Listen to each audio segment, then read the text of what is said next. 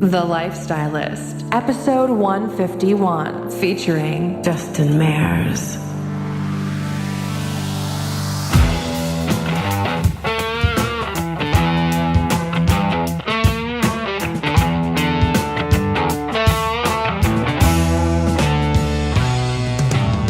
I'm Luke Story, a former celebrity fashion stylist and founder of School of Style.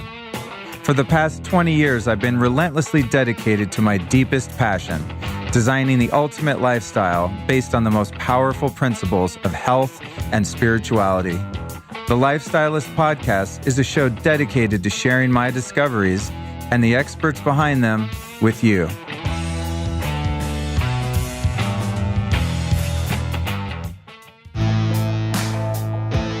This here episode of the Lifestylist Podcast is made possible in part by my friends over at Onnit.com. I was recently out in Austin, went to their headquarters, recorded a couple podcasts, and these guys are doing it right, man. Their whole operation over there was just mind-blowing, from their gym to their corporate headquarters, just how the company's run. Now, I've been using their products for years, no doubt. You've heard me talk about them, things like Alpha Brain, which is their flagship nootropic. You may have even tried that yourself. But these guys are just growing and growing so fast, and their product line is just insane. It's all made with earth-grown nutrients, and it's all science-backed. They have a beautiful website over at onnit.com/Luke, by the way. And I don't know, I'm just really into it. I'm really stoked to work with these guys. I've been on a couple of their podcasts. A couple of those guys have been on mine, and we're becoming like family, man. So whether you're trying their energy bars, protein shakes, their krill oil, creatine, flavored MCT oils, which is one of my favorites. It's my little guilty pleasure is to make my coffees taste like those funky old coffee creamers that were really bad for you. Well, their version of it's really good for you. And their product New Mood is a really great one. I think that's my current favorite. And everything they do is just dope. They have, all kinds of fitness products and club bells and kettlebells and all that stuff. It's just madness over there. So head over to onnit.com/Luke and you will get 10% off all foods and supplements. And for a limited time at onnit.com/Luke, you'll get to receive a 14-count bottle of Alpha Brain to try for free. And once you try the Alpha Brain, you're going to be hooked. I'm just warning you. That stuff's going to light your brain up and make you a more badass athlete, fitness guru, entrepreneur, biohacker, whatever your thing is. Onnit can help you. Onnit.com/Luke. You guys know I always talk about the Organifi green juice, right? Because it's delicious and I eat it every damn day. But did you know that they also make a red juice? That's right. So they make a red juice powder packed with antioxidants and immune-boosting herbs. It's got reishi and cordyceps mushrooms, which are actually really hard to make taste good. I don't know how they did this. It's also got a bunch of powerful adaptogenic herbs to support and balance your immune system. It not only tastes really good, but it's, of course, organic. It's also got 11 other superfoods. It's super quick and easy nutrition on the go. So imagine like getting a red juice that you'd get like a bottled juice without shit that can spill all over you. And it's really fast to make it. It's like one scoop, bada bing, bada boom. There you go. And it's like under $3 per juice, which is much more affordable than your average juice. So that's the red juice by Organifi. And you can check that out over at Organifi.com. That's spelled with an I, Organifi.com/Luke. Here's what's dope though. If you enter the audience code Lifestylist, you'll save a whopping 20% off your order. So go over to Organifi.com/Luke, use the code Lifestylist and save 20% off any of their products, not the least of which being this delicious, high-powered red juice. And the hits just keep on coming, don't they, kiddos? Here we are again at the Lifestylist Podcast. This is a very special episode for me and one that I thoroughly enjoyed recording. My boy Justin Mares came by the studio. We sequestered ourselves in my biohacking lab for an extreme session of biohacking prior to the recording. And it was just a perfect way to set the scene for this conversation where we talked about the state of the food industry, a lot of the scams going on in the labeling and whatnot there, bone broth, and other ancient technologies which are now new again in the health and wellness world. So this is a bit about the industry in itself and just ancestral health and all of that. So Justin is the founder of Kettle and Fire bone broth, the first 100% grass-fed, non-frozen, shelf-stable bone broth on the market. And I got to say that I actually love the bone broth too, because of its portability. Now, there's other types that I use, which I love, but they're frozen, and that can be a little bit inconvenient. And I have to admit, sometimes they go bad because I defrost them and then I don't use them in time. But Kettle and Fire's high quality stuff, as you'll find. And I was just, it's one of those products I was using. And I'm like, who's behind this? Found the dude. He agreed to do the show, and we took a deep dive. Before we get into that dive, let's put on our swim trunks and talk about next week's show with Sahara Rose. And this one is super dope. We talk about the science of Ayurveda and how it can rock your entire life. Turns out Ayurveda is really a living system, not just a diet or use of certain herbs. It's a whole thing. And so join us next Tuesday with legendary Ayurveda expert Sahara Rose. Couple of speaking engagements coming up. Let me blast through those. I'm at One Taste in Venice on July 26th. Then I'm speaking at Next Health August 22nd in, where is that? Century City. And then I'll be at Osteo Strong in West LA August 23rd. If you want to come to my events, I would encourage you to do so because, listen, I want to get to meet you in person. I love it when I do speaking gigs and listeners of the show come up because I get to meet you guys. You meet me every week, like it or not. Here I am. But I don't know who the hell you are unless we interact on social. So come up and say what's up. You can find entrance keys to the events at lukestory.com/events. That's lukestory.com/events. And there's more being added all the time. I'm out there running my mouth all across the damn country these days. Okay, so that's it for our housekeeping. Told you a little bit about the show. Here's a couple of the topics we cover. We talk about the following subjects. 10,000-year-old trends like bone broth. Get it? There's a quotation around trends. The personal health challenge that prompted Justin to start his company, Kettle and Fire. And let me tell you what, this dude's a badass entrepreneur. So if you're someone that's thinking about starting your own company, there's a lot of great information in here about, some of the trials and tribulations involved in doing that, how bone broth helps reduce inflammation in your body, what it's like to work with the USDA and navigate all of the treacherous bureaucratic roadblocks involved in starting a company, the huge scam behind the phrase grass-fed. Yeah, that one gets a little tricky, turns out. Why truly 100% grass-finished beef is so much better for you and the environment than that factory farm garbage. The ethics of farming plants versus farming animals. The single most harmful ingredient in the U.S. food system and how to avoid it. And then how to make great bone broth yourself and why broth is the safest and most ethical way for vegans to transition back into animal foods when their health begins to fail. So I really enjoyed getting to know Justin, and I got to say, he's just a brilliant dude. And like I said, a hell of an entrepreneur. So I picked up a few tips from him and his journey. He's a young guy. He's been very successful. His company's kicking ass, as you'll hear. So it's with great joy and satisfaction that I now present to you today's guest, Justin Mares. Welcome to the Lifestylist Podcast, Justin. Thanks for having me here, Luke. Yeah, dude. So listeners, Justin and I just did some extreme biohacking, which is very common. We were going to do this on Skype, and then Justin hit me up this morning. He's like, hey, as a matter of fact, I'm going to be in LA. Can we do it in person in your studio? I'm like, hell yeah. I will sequester you in my biohacking lab and I will hack your brain. Then we'll do the interview. So I threw together all of my audio video equipment and we've got some notes here and we just did some hydrogen bombs is what I call them from Vital Reaction, this hydrogen gas tablets that are super awesome. And then we made a new recipe I found, which is... Founder made. I mean, I discovered it. There you go. Yeah. Discovered it and then made it for you. And to tell the audience, because he's a big fan, maybe you can give your experience. It's a chaga tea base with Perfect Keto is the brand. They make this powdered MCT oil, and that's like your creamer. It's sort of like a bulletproof coffee. And then 4 Sigmatic instant coffee with lion's mane and chaga extract in it. Yep. And so I made you like a bomb-ass iced coffee. How was it? It was fantastic. It was fantastic. Are you feeling lit right now? Yeah. I would say so. 4 p.m. coffee is not something I usually do. So cool. Feeling great, man. Okay, good. Well, here we go. Thanks for coming by. And it's really fun to do these episodes with someone who comes in person, because then I get to like do my whole thing with you. You Show know, off the cool house and all the photos and everything. Yeah, It's cool. fun. It's fun. It's a much more intimate thing. So thank you for inviting yourself for an in-person.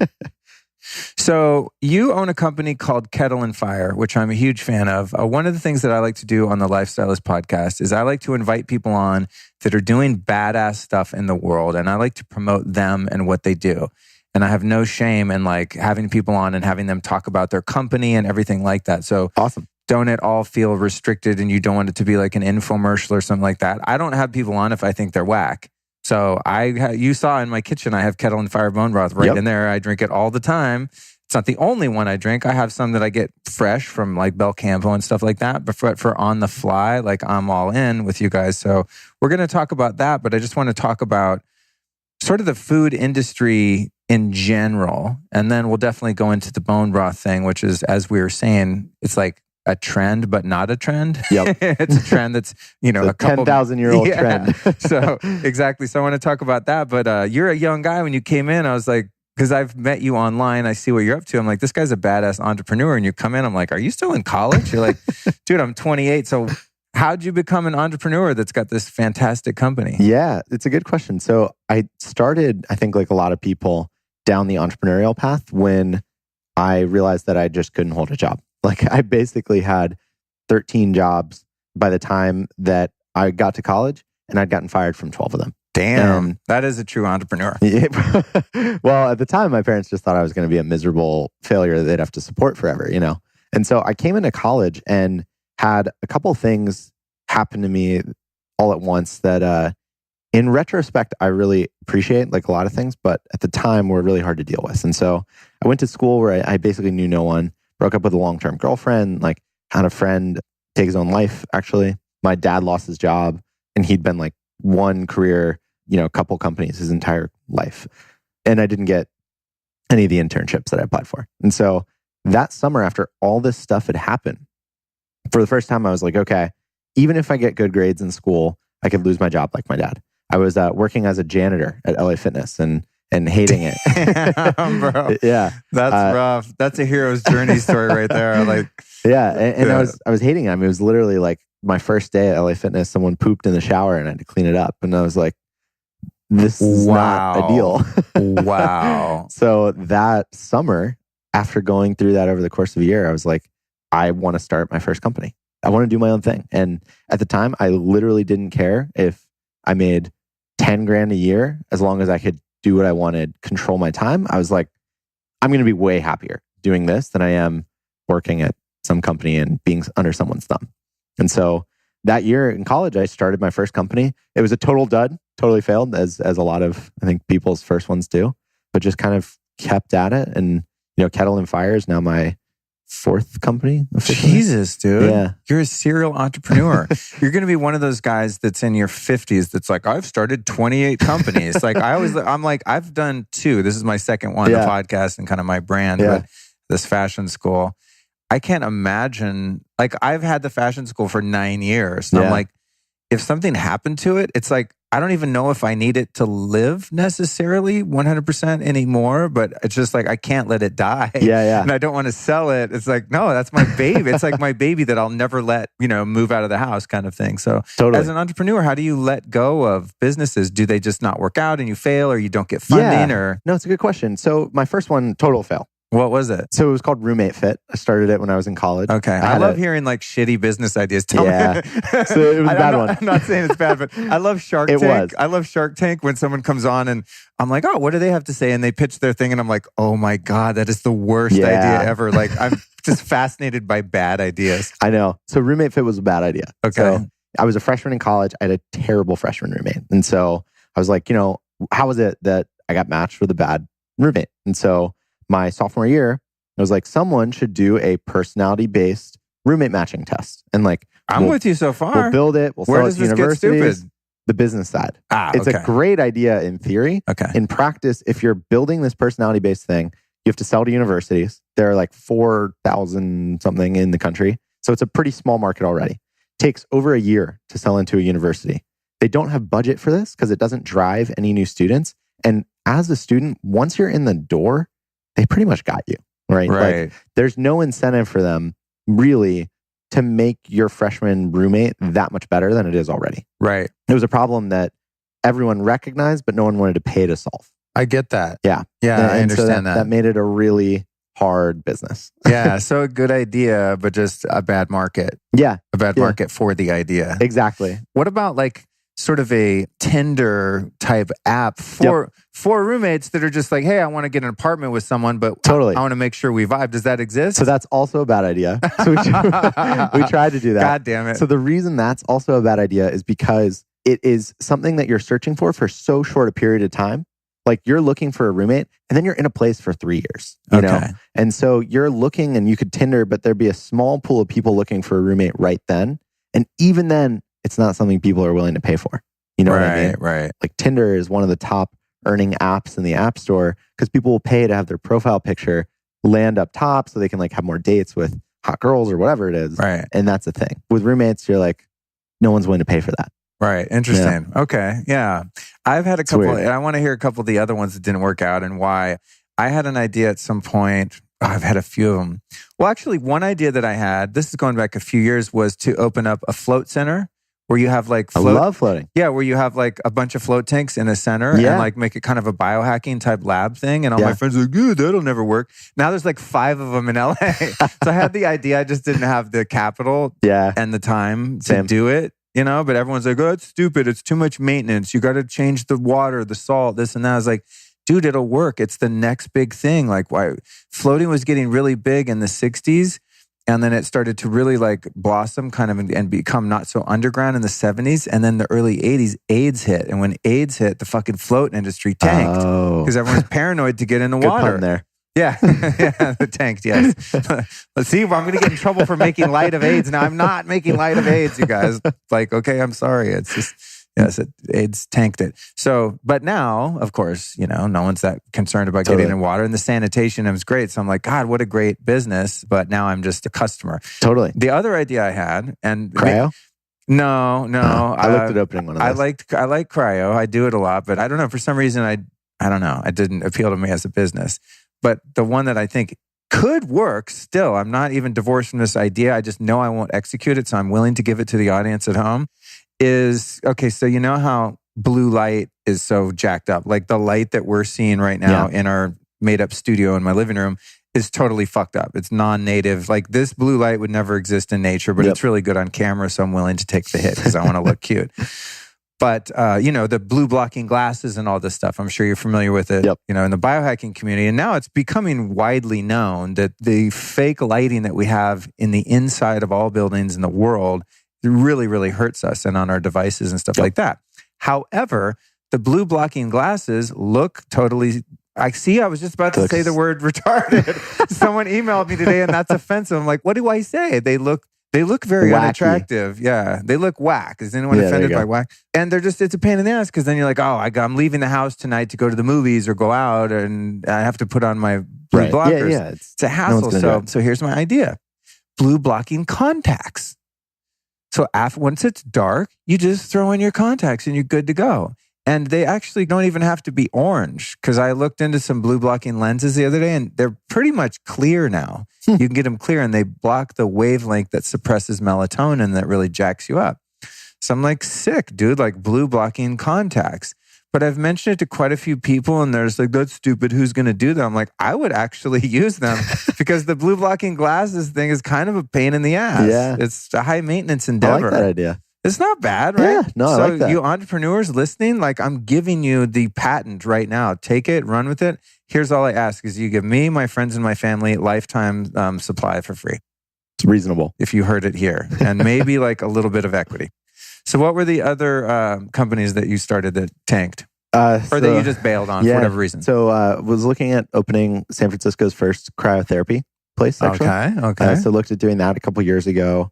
Had a cloud hosting negotiation idea that basically, so I worked in developer tools for a little bit before coming into the health and wellness space and was going to start a company. Thank God I didn't, where you would negotiate people's hosting bills for them.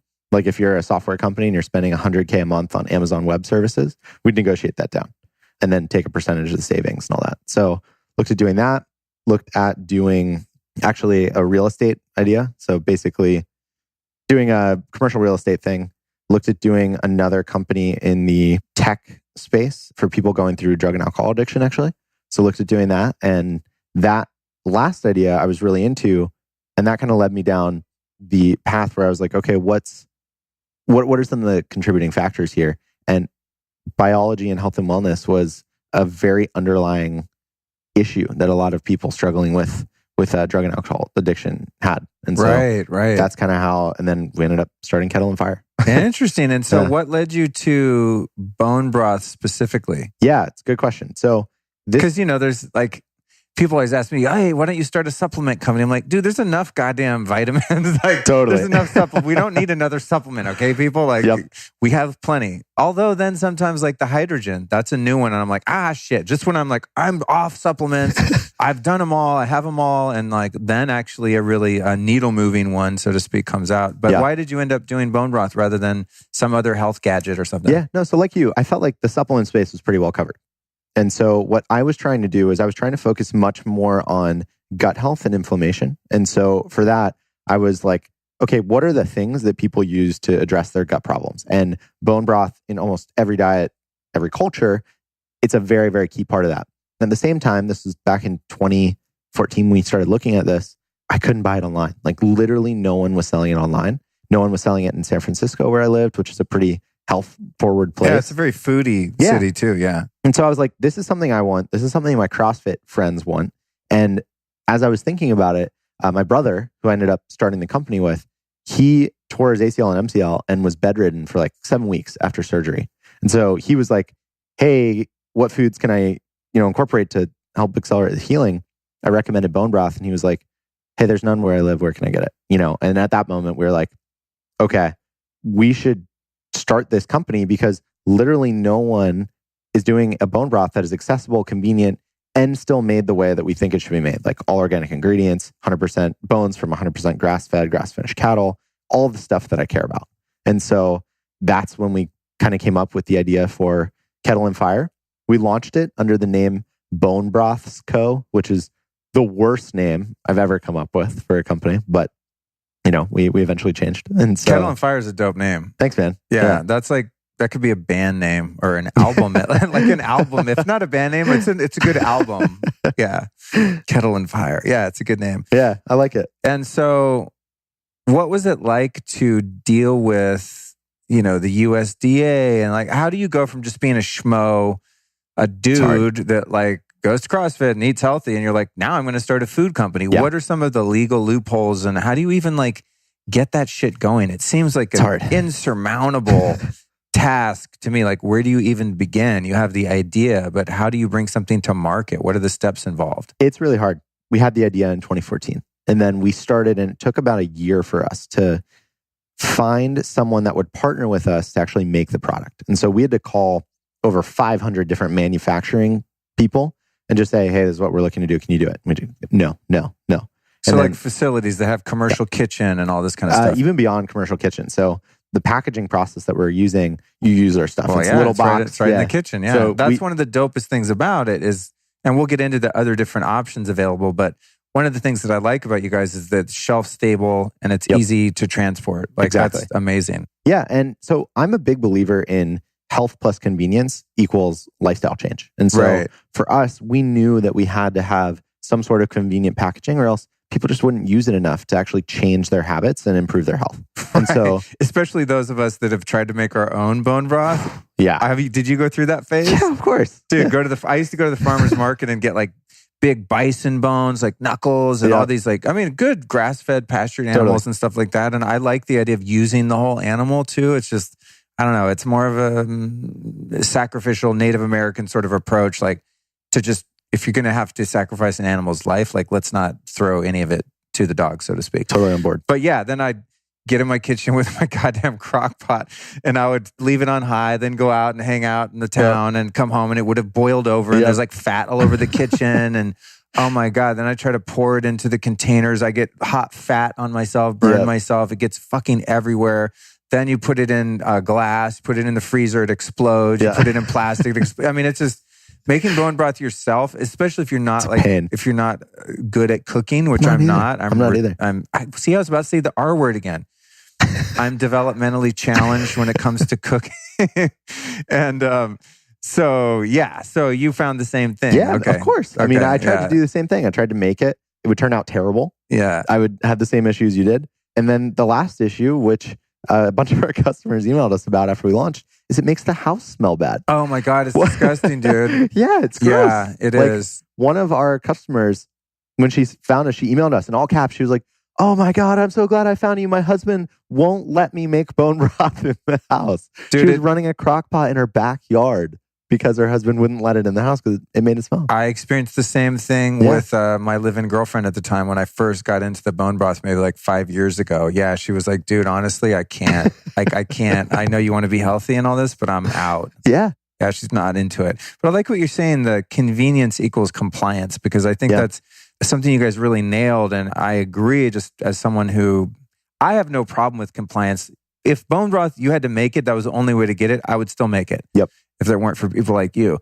So I'm good at compliance because I'm very obsessive. And I was telling you earlier, I turn my obsessiveness toward good rather than evil most of the time now. Yeah. And so if I find something that's good for me, I do have the discipline to make it, even if it's a hassle. But I've noticed coaching people, I'm like, "Hey, you need to take this every day and that." And then at 4 o'clock, they won't do it. Like if it's too much work, the casual user of supplements or health practices just won't do it unless they have cancer or some really gnarly scare. Yeah. Then they're like, "Okay, I'm on board. Make me a schedule. I'll do everything you say." So compliance is really challenging when it comes to health. I think it's especially important at the early stages of someone's health journey. You've been on this path for a while. Like if you think about when you started out, if someone then was to tell you everything you're doing now, where they'd be like, "You have to take a hydrogen pill, you have to buy these mushrooms, you have to ferment," like you'd be like, "How can I do all of that? That's impossible," you know? And it's a lot of overwhelming change. And I think that people change their health gradually, step by step. And we want to make those first steps as easy and accessible as possible, because that's how people change. You know what I mean? Yeah, absolutely. I find working with clients that there's two types very clearly. One is the person that's like, "I don't want to do any of the research. Just tell me what to do and I'll do every single thing you say. I just don't want to have to learn any of it. I just trust you. Make my life for me." There's that type that's just all in. Then there's the type that's like, whoa, this is way too much information. Just tell me what the first thing I have to start, and I have to take it very incrementally, slowly, just one little addition, one subtraction at a time. And it takes more time because it's too overwhelming. The compliance is just too hard. They can comply with I can take 1 pill a day. What's it going to be? I'm like, all right, I get them on that one. They see some results. Then they're like, all right, this is cool. Exactly. Then what's next? Then I keep going. And then over the course of working with someone for a few months, they're doing half the shit I'm doing. It seems like a full-time job. That's how people ask me, like, "Dude, how do you find time in the day to do all the biohacks you do?" I'm like, "What? This is nothing. I just normal." Yeah, I know. It's like, is it hard to brush your teeth and take a crap in the morning? No, it's like what you do. You don't have to find time. It's part of the fabric of your life. But that's, I think, because you kicked off a positive feedback loop. Like if someone is going, "I feel terrible now," and you're telling me to do all these things, and you haven't experienced that these things will improve your life and make you feel better, there's no positive feedback loop, and you're not reassigning and making yourself want to do those things. Right. I think once that loop starts where you're like, "Oh, I incorporated bone broth and my digestion is better and I'm sleeping better," maybe I'll do the next thing that you recommend. I think that's when real change can happen. Yeah, for sure. So what was it like in terms of where I was going with this before? Sorry, I took us on tangent. No, I do that. No, I'm tangent king, bro. By the end of an hour, you're going to be like, "Wow, we took a lot of side journeys," and he never let me answer the question. That's how I roll. But in terms of hoops with the USDA and the FDA and painful. What's it like for someone that's like, "Hey, I have a great idea. I want to make these freaking gluten-free cookies or something." What do you have to go through? You got into the manufacturing, and then how do you get certified organic and all this stuff in order to just get it into Whole Foods? Yeah, I won't lie. It is very painful. And we probably could have launched 6 months sooner had we not decided that we were going to do it this way, do it by the book, and be under compliance. And so with the USDA, for example, because we are a meat product, because it's considered more than 3% by volume, we have What do you mean? Because the protein content? No, so it's considered a meat product because the bones, basically, between the marrow and some of the tendons that are still in the bones when we cook them down in our bone broth, it's more than 3% of the bone broth is meat. And so that falls under USDA jurisdiction. Marrow. So falls under USDA jurisdiction. I just got so hungry. Like, I love bone marrow. Oh my God. The best. Oh my God. Like when you go to a really nice farm to table restaurant and they dial it in with like the butter and the little crust top. Like, oh my God. It's like incredible. The best. Yeah. It's incredible. Yeah. So because we fall under that definition, we had to have our plant inspected. USDA has to sign off on all of our packaging. So every time we want to tweak the packaging just a little, we have to send it to them, wait 6 to 8 weeks for them to approve it. And you have to pay for that every time? Yeah. Every time. I bet you get nickel and dime like out the ass, dude. Every time you want to make like a little adjustment to your manufacturing protocol? Oh, no. I mean, you can't even make a small tweak. We couldn't even say like up salt 10%, pepper down 10%, for example. Yeah. If we did that, we would have to resubmit the entire thing and wait 2 to 3 months for the USDA to reapprove it. Wow. Yeah. So, I mean, I guess there's a good side of that from a consumer standpoint where companies have to have a certain degree of integrity and in terms of truth in labeling and all that. There's already so much bullshit going on that I want to actually talk about. We'll get to that. Okay. Yeah. So, but I mean, that's because I like inherently just hate the government no matter what they're doing, even if it's for my own good. I'm like, please don't protect me. F you. Yeah. How about I don't pay taxes and you don't protect me and I'll just be on my own? Let's work on the sovereignty. So I can see from a consumer standpoint, like that's good. You want people to have to like have truth in labeling and manufacturing processes. And I was up at Belcampo Farms and I took a tour of their slaughterhouse and I saw the whole thing, like how strict it is. And in a sense, I was like, God, as a business owner, I felt bad for them because it's such a pain in the ass. Yep. They get like inspections all the time. The guys will, the USDA just drops in and they're with their white gloves and they're running around. I'm like, that sucks if you own the business, but that's really good if you get your meat from that particular processing plant. I'm like, actually, I'm really glad that it's clean. There's no rodents. Like it's all legit. The animals are treated humanely and it's trade-offs and everything, man. Like so USDA makes it harder for startups, but certainly, they came about and they were started as an organization, I believe in the 20s or 30s. And part of that was in response to a big expose that was written by, I think, Upton Sinclair about the meat industry back then, where they were just throwing like rats and stuff into the grinder and they would sell it as sausage. And you're like, oh, that's nasty. Oh, dude. When I first moved to Hollywood in 89, I was playing in a band and we used to rehearse in a place east of downtown LA. It's called Vernon. It's just a hellhole, like manufacturing area, there's no residential really, but we had this rehearsal hall down there because it was cheap, we got good square footage.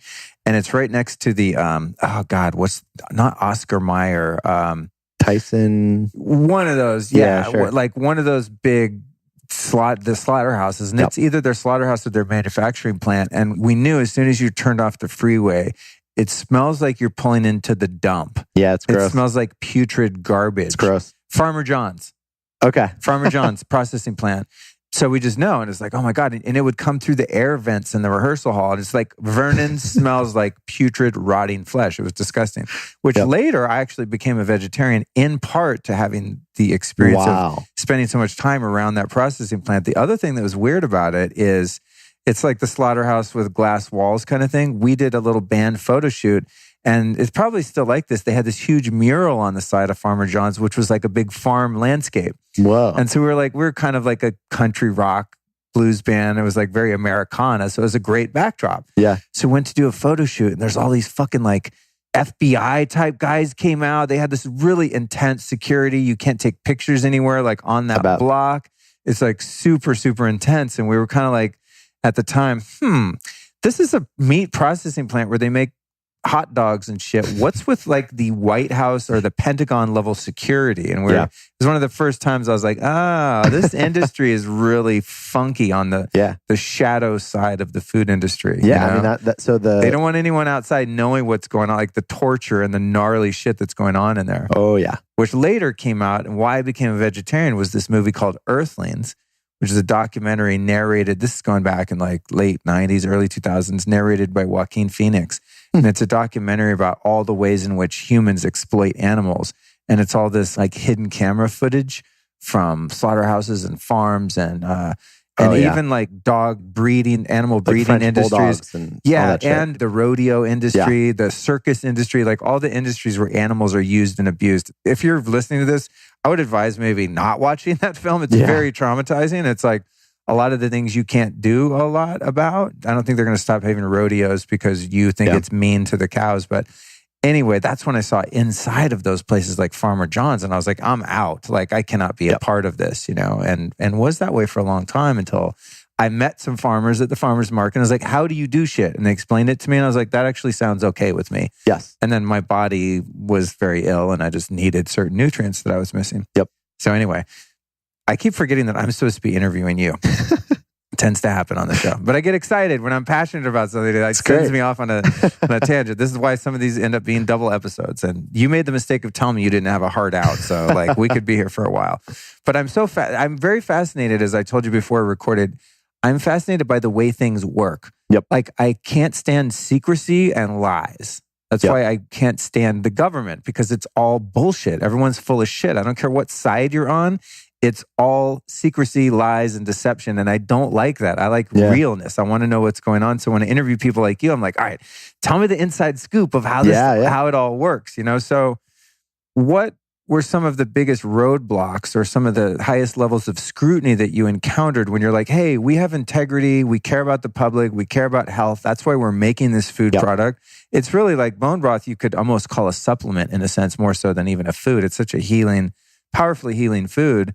What other hoops did you have to jump through? And did you have to get lawyers and spend a bunch of money and all that kind of stuff?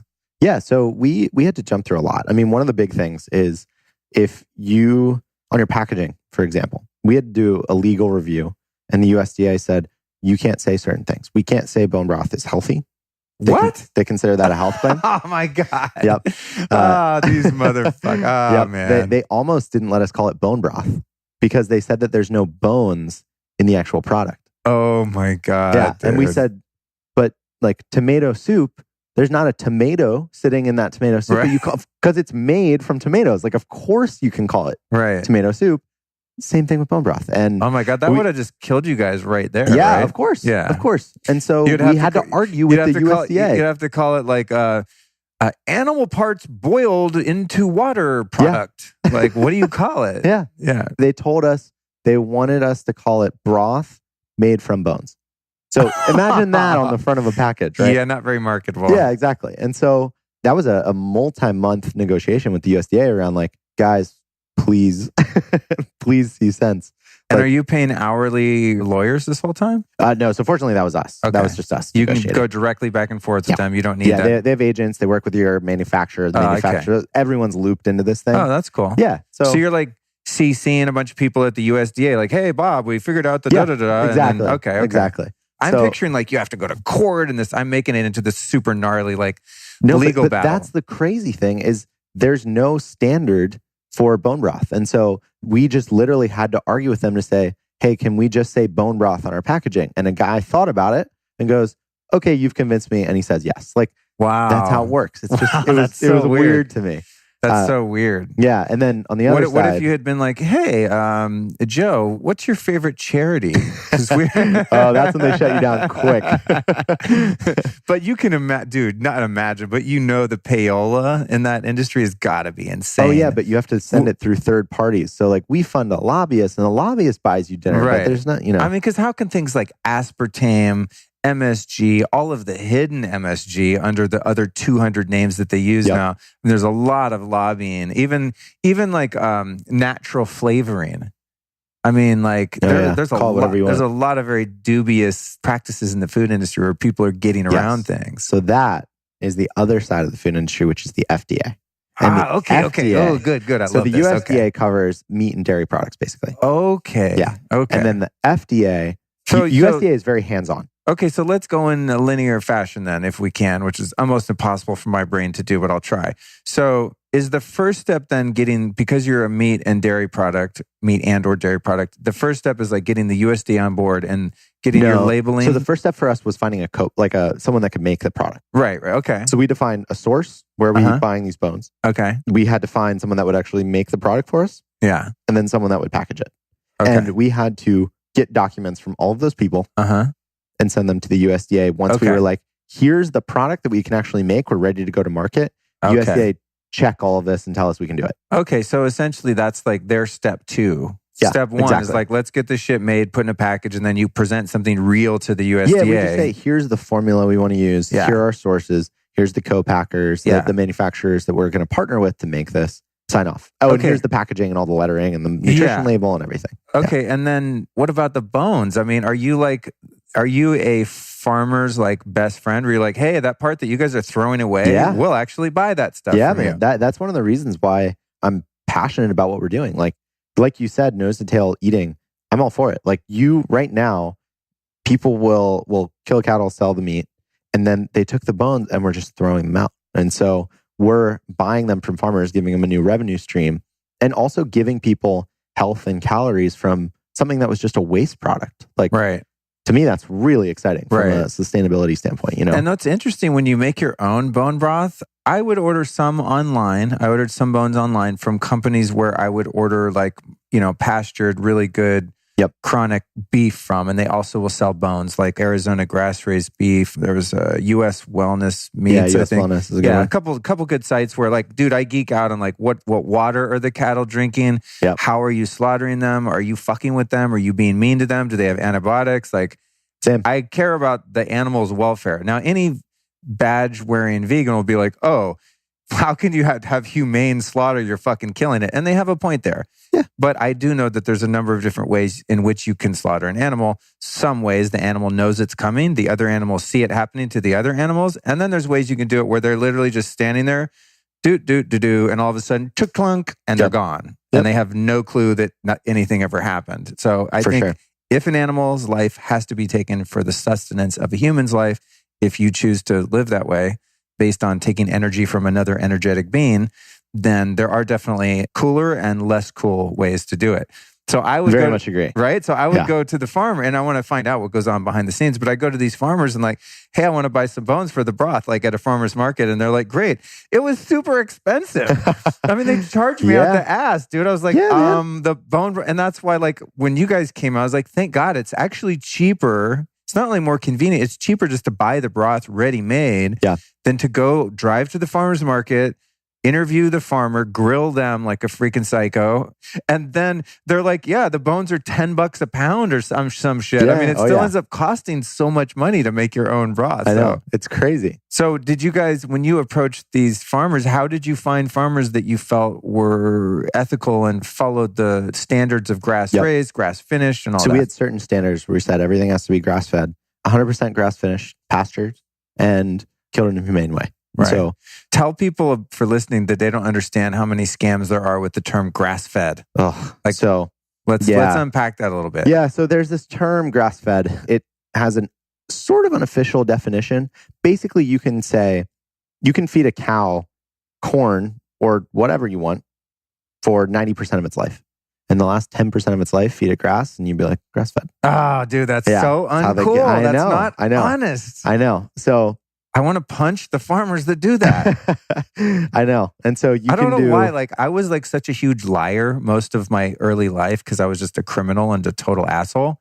And I was just a hurt person. And so I was a huge liar. But then once I stopped lying, now that's the thing that pisses me off the most about other people. Especially when it's like when it's coming from a big entity and they're duping not just me, but so many other people. Totally. So you're like, oh, like you be in Whole Foods, you're like, oh, grass-fed beef jerky. So Whole Foods awesome. Does a good job. So they do? Okay. So Whole Foods is one of the few retailers that has animal welfare. It's their GAP ratings that you might have seen. Right, I have seen seen that. Animal welfare standards. And so when we got into Whole Foods, they were like, let's see your sourcing documents. We want to make sure that you're actually grass-fed, grass-finished. We want to make sure that you're working with all these suppliers. They called some of our suppliers and said, what are your practices? How well? Yeah. Hey, man, kudos to Whole Foods. Whole Foods is legit, man. I'm very impressed with I always talk shit about, I call them canola foods because everything has canola oil.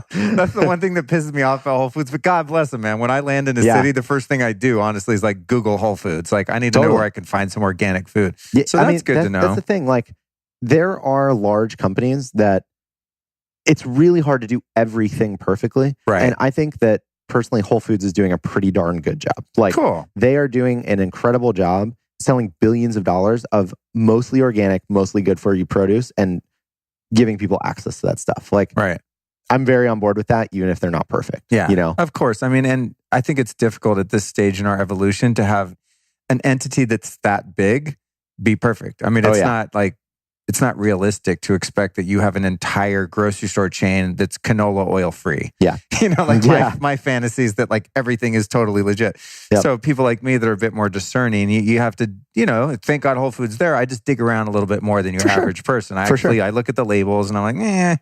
Yeah. I Just- mean, there's always going to be that stuff, right? So give us a little bit more on the whole grass-fed, grass-finished controversy so people can differentiate between the two, those people listening that do eat animal products. Yep. So there's basically grass-fed. And you vegans, I'm so sorry. Just hang with us and we'll get to So you. there's grass-fed, which just basically means that the cattle has been fed grass at some point in their life. Then there's Right. grass-fed, grass-finished, which means that they've been fed grass for the majority of their life, at least 70%. And then during at least the last 15% of their life, they were also fed grass. So there's a tiny slice where they may not have been. And then there's 100% grass-fed, and that means the entirety of their life. Okay. And so what we're looking for then on any product is it should say 100% grass-raised or 100% grass-finished. Ideally, but this is where things get confusing. So the Okay. USDA has not said that there's not what they call a standard. So there's no standard around this stuff. And so some places will say grass-fed, grass-finished, and they feed it 100% grass. Some people will say grass-fed, grass-finished, and they'll feed it like 85% grass or 90%. There's not really a standard, and the USDA isn't strict about it because it's such a new consumer-driven thing Right. that companies can kind of claim a lot of what they want. And why does it suck to eat meat products that are eating corn and soy and things? Yeah. I mean, to me, my answer is if you look at any animal that's at all similar to a cow out in nature, they're not eating grains because they can't find them. They don't exist in nature. There's not like corn bushes where like an elk run around and fucking eat soybeans. Like that doesn't happen.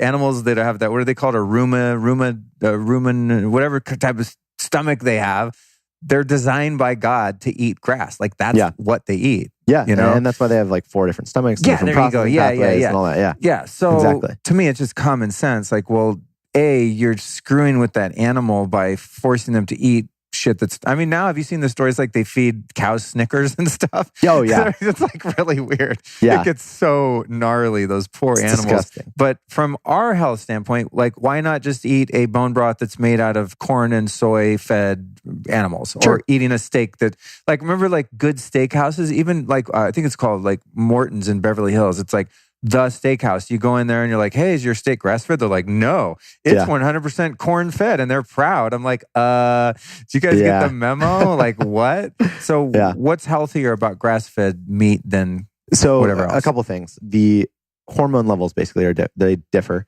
Just like if you fed a human only carbohydrates, the body composition of that human is very different than the body composition of someone that eats, organic produce, lean meat, meats, vegetables, this kind of stuff. And so with cows, it's a similar thing. So why a lot of steakhouses are corn-fed is because cattle will turn those carbohydrates into more fat. And so you get oftentimes like a more marbled, kind of juicier kind of meat, which people tend to like the taste of better.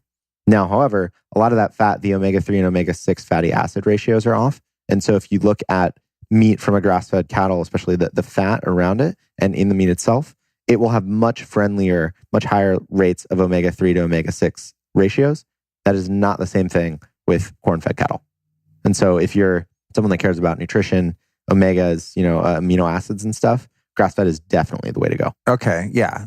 That makes sense, again, just from a common sense standpoint.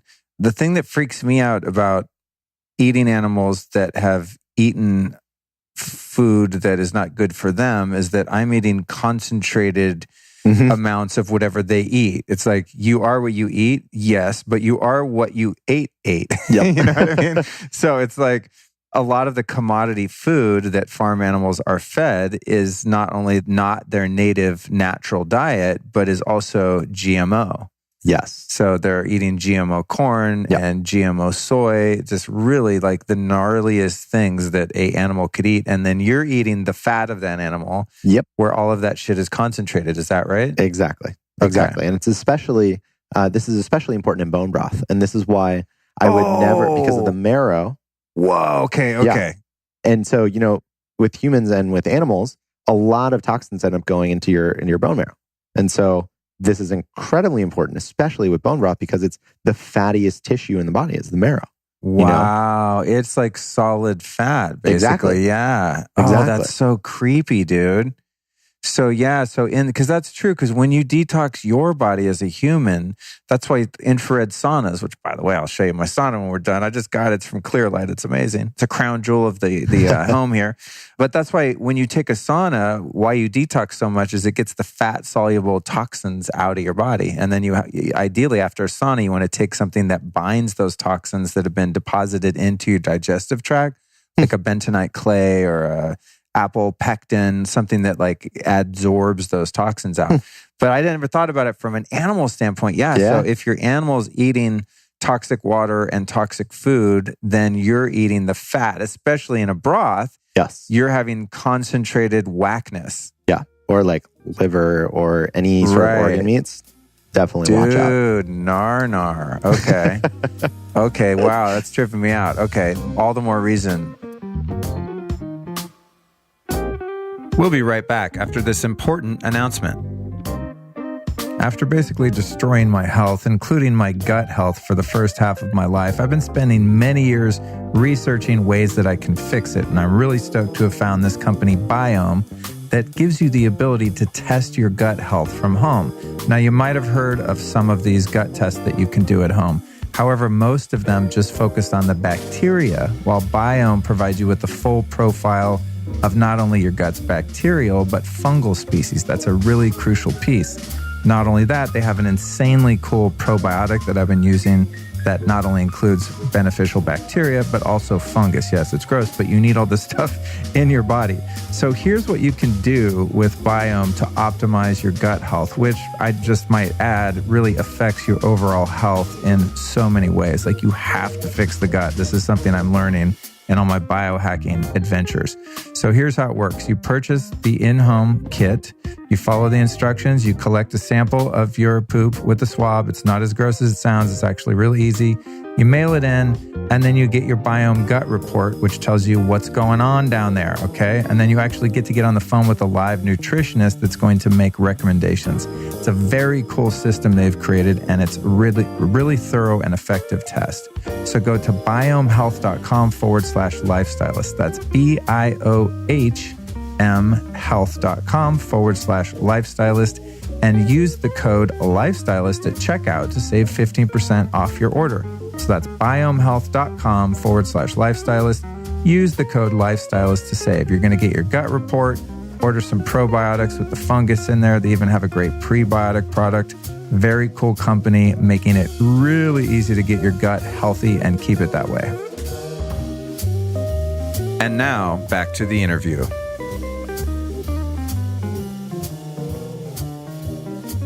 Let's go back to the story. Of you get past the USDA. They're like, cool, all the meat stuff you're doing, all that shit, you guys found good farmers, you grill them, you feel like you vetted them to the point where they are grass finished. They're not treating the animals like crap. And then what happens then at the FDA level? And how do you market a product that is so healing and so nutritious without claiming health benefits and getting into all that weird stuff? So you can claim certain health benefits as long as you can back them up. And so we can make claims around protein content. We can make claims around collagen content. What we can't do is we can't say, this bone broth has collagen, which will help with digestion. Right. Or heal your leaky gut or whatever. Okay. And so we can't make any of those claims. God, that sucks, but I can. I know. Exactly. So you guys listening, he's not saying this. FDA officers, you cannot do anything to Justin. But I'll tell you what, since I got on bone broth, like my gut issues, my digestion, inflammation, allergies, histamines, like all sorts of seemingly unrelated things that based on my research I found out are all related to leaky gut from eating inflammatory foods and glyphosate and all these pesticides and toxins.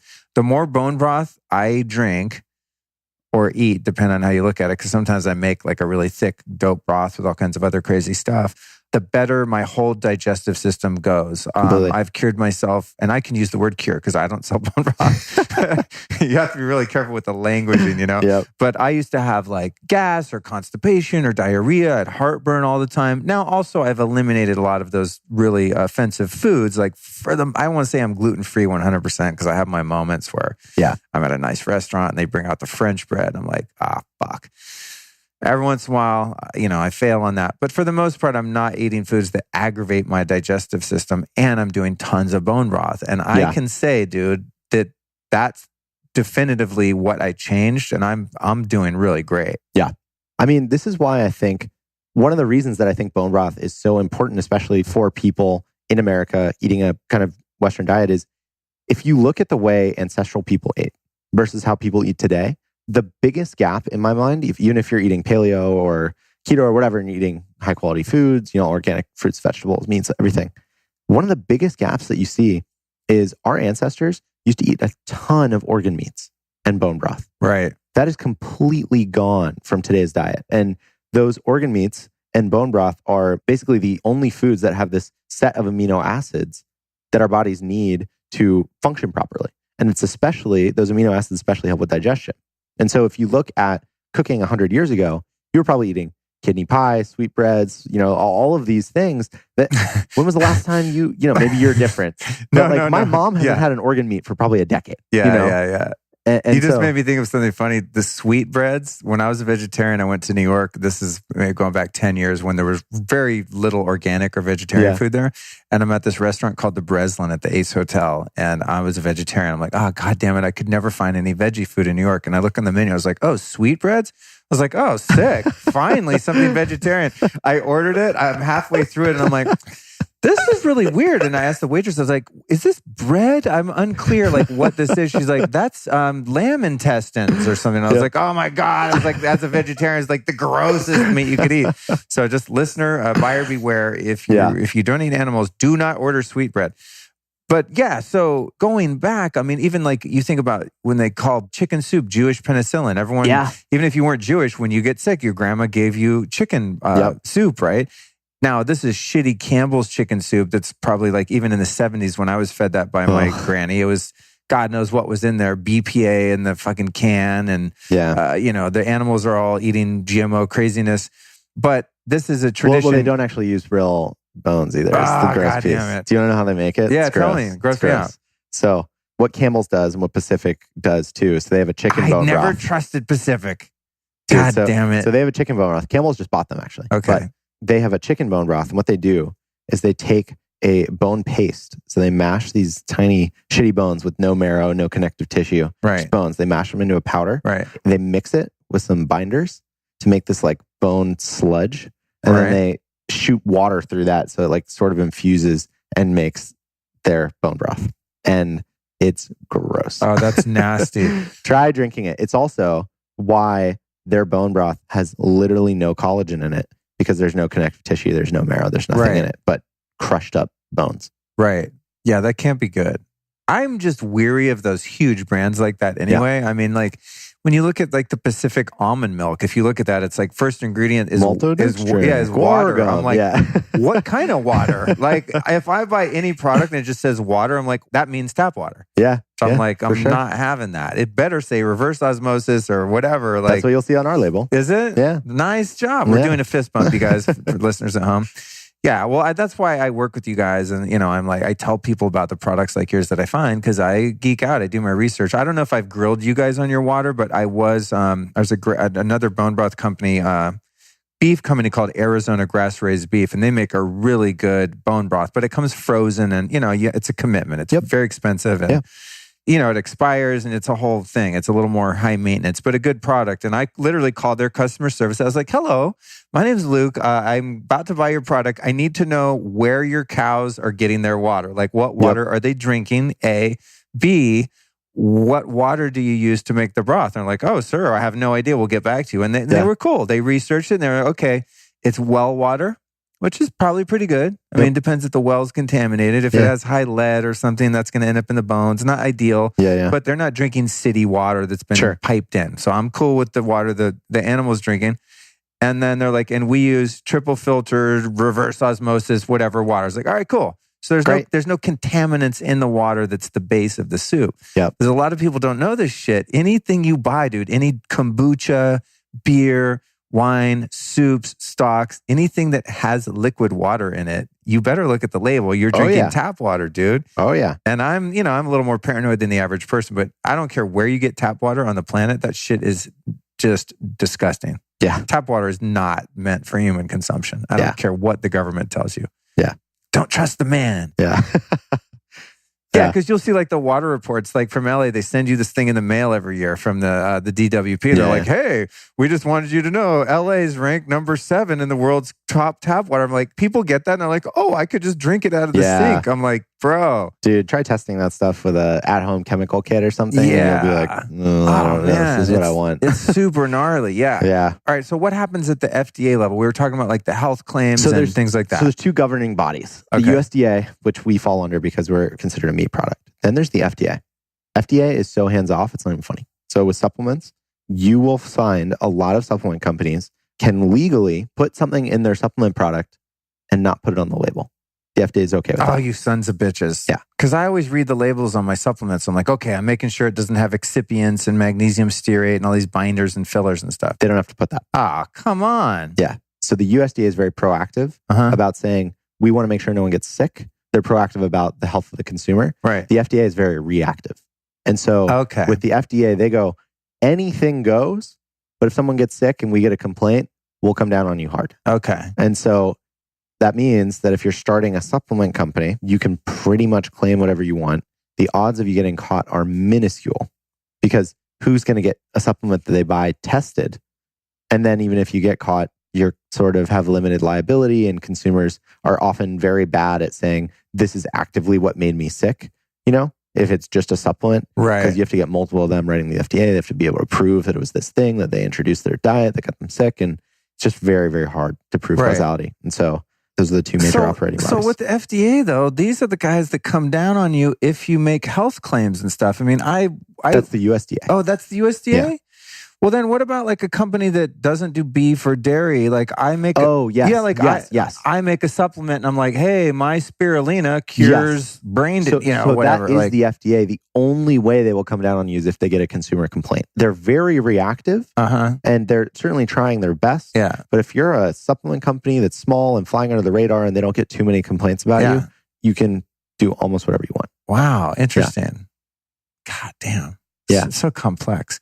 I get pissed at government agencies like that, but then I have to remember I live in America and like we're pretty awesome. There's places on the planet that have way worse fucking regulatory China, agencies in the sense that they don't care about the public's interest and you can't trust any of the vendors. So in China, they've literally had cases where people will sell a dozen eggs and make some of them plastic. Oh my God, dude. That's madness. They're just plastic. And so you throw it on the saucepan and it melts and starts bubbling like plastic. And they're just like, oh, I must have got a plastic egg. Oh my God. See, that's why I can't complain. I mean, you know, we have our issues here, but a lot of the standards are pretty good in that case. Yeah. So tell us, you know, I know you can't make medical claims and health claims and stuff like that, but what are some of I'm sure you're well versed in your ability to speak on it, but why is bone broth good for you anyway, as like a food that we should have as part of our diet? Because we were talking about how back in the day, we would have eaten livers and hearts and even brains and other organ meats. Yep.